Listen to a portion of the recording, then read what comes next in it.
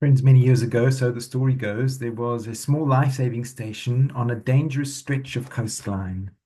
The building was little more than a hut. The equipment was basic. The volunteers were ordinary people, but they were devoted to one thing: rescuing those whose boats had been wrecked on the rocks offshore. Whenever a distress call came in, they would launch their boats and head out into the storm, and many lives were saved. As time passed, the station became well known. People admired the work that was being done.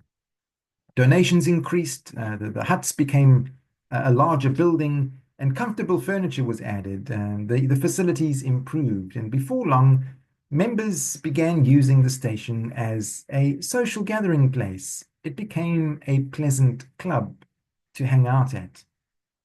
And meanwhile, shipwrecks still occurred, and occasionally survivors were brought in, cold, wet, frightened, exhausted. But some members felt uncomfortable. These rescued people made the place untidy. They got in the way. And eventually a debate arose. Some wanted the station to continue its life-saving mission. Others argued that rescue work was messy and distracting from the real purpose of the organization. A separate life-saving station was established down the coast, but over time, the same thing happened. And so another was established, and then another. And the story concludes by observing that if you visit that coastline today, you will find many exclusive clubs, but very few life-saving stations. That's a powerful parable because it asks a searching question of every church: are we just a club, or are we in some way a life-saving station, a life-giving place?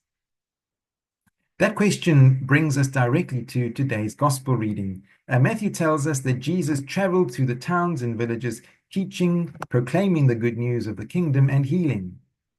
Jesus is involved in the work of life-saving and life-giving, rescuing people from the holes that they find themselves in and the shipwrecks of their lives, giving them a new purpose, giving meaning to the lost.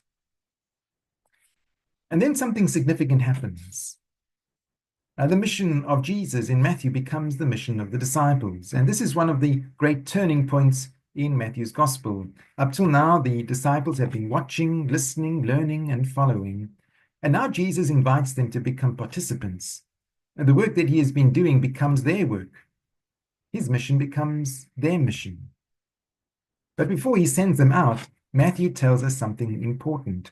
When he saw the crowds, Jesus had compassion for them, for they were harassed and helpless, like sheep without a shepherd. And he goes on to use that well-known phrase, the harvest is plentiful, but the laborers are few. People are open, but there are few to go out and help.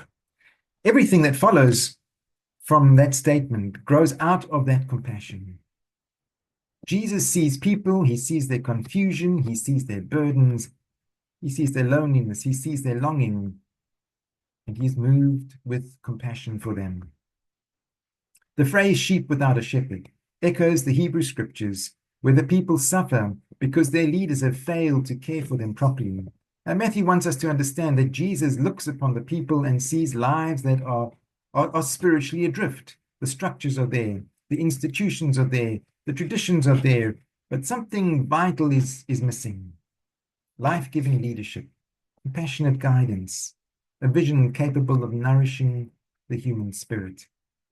The people are hungry, and Jesus sees it and is moved with compassion from the depth of his being.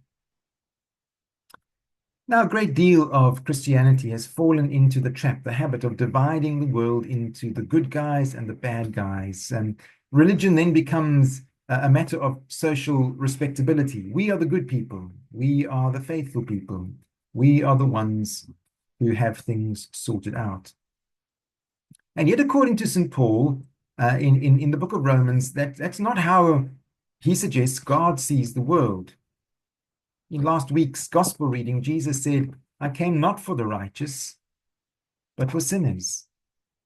And that's echoed in today's epistle reading from the Romans, where Paul writes, "While we were yet sinners, Christ died for us."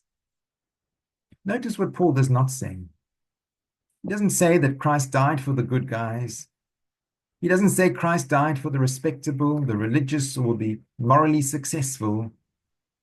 He says Christ died for sinners.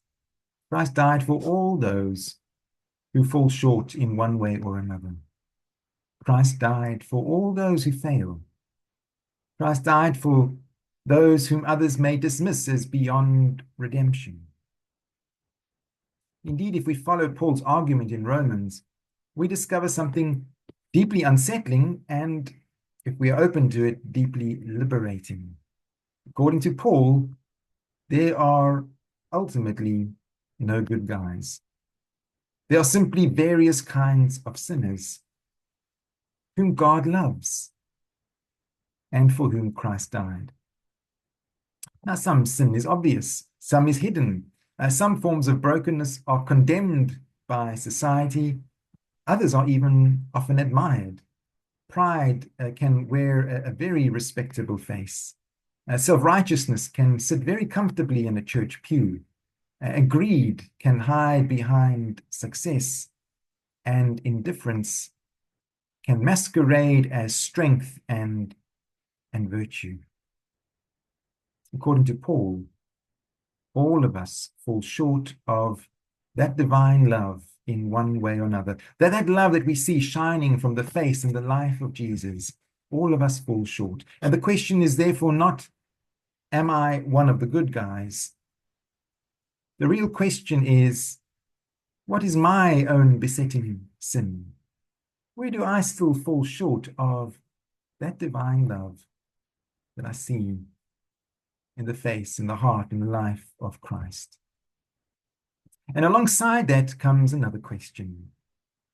Can I see others, even in their weakness and failure, in the shipwreck of their lives, in the things that I condemn, can I see them as people loved by God? Can I see them, using St. Paul's language, as someone for whom Christ died? Perhaps that is what Jesus sees when he looks upon the crowds with compassion. He does not see good people and bad people. He sees human beings, a whole variety of different human beings, wounded people, lost people, searching people, self-righteous people, sheep without a shepherd, various kinds of sinners, some obvious, others respectable and socially acceptable. And if a church is to be a true life-saving station, life-giving place, it must learn to see people in the same way. For the moment we begin to think of ourselves as the good guys, we cease to become rescuers and we become a club. But when we recognize that we too live by an infinite grace, our hearts become open to others. We become less judgmental, more compassionate, less interested in defending boundaries and more interested in helping people find healing, hope, and belonging.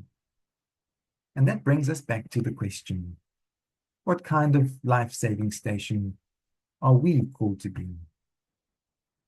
As non-subscribing Presbyterians, we stand within a tradition that has long valued freedom of conscience, openness of mind, and generosity of spirit. We trust people to think, to question, to seek, and to grow. We recognize that faith is a journey, that no creed or doctrine can ever fully contain the mystery of God or the mystery of life. And that may be one of the most important gifts that we have to offer in our time.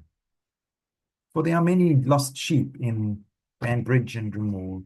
Some have been wounded by religion. Some carry questions that they've never felt free to ask in a religious setting in a church. Some sense that there is a spiritual dimension to life, but cannot connect with the forms in which faith has often been presented. Some struggle with loneliness, grief, anxiety, or simply a feeling that something important is missing. And perhaps our calling is to create a place where questions are welcomed rather than feared.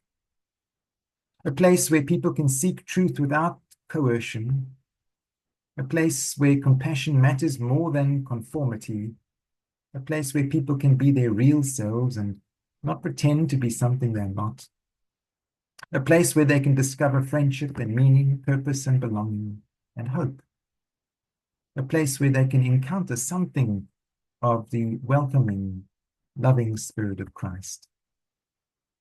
Because the deepest need in our society may not, in fact, be a need for more certainty. It may be a need for more wisdom. Certainty insists that the answers are already known and must never be questioned. Wisdom, on the other hand, invites us into humility. Wisdom keeps us learning. Wisdom keeps us open to grow, open to fresh insight, to the possibility that the mystery of God is always greater than our understanding. Surely these are the gifts that non-subscribing Presbyterians can offer. So we are left with a question: will we simply be a club? Or do we have a deeper purpose and mission for the people of this area? Will we be a place of judgment or a place of grace, a place of exclusion or a place of welcome, a place where people are expected to have everything sorted out, or a place where ordinary human beings can come with their questions, their struggles, their hopes, and discover that they are loved by God? For that is how Jesus saw the crowds, not as good people or bad people, but as sheep without a shepherd. And it is still through such compassion that Christ continues his work in the world today, and hopefully through us and through this community. As always, just some food for thought. God bless.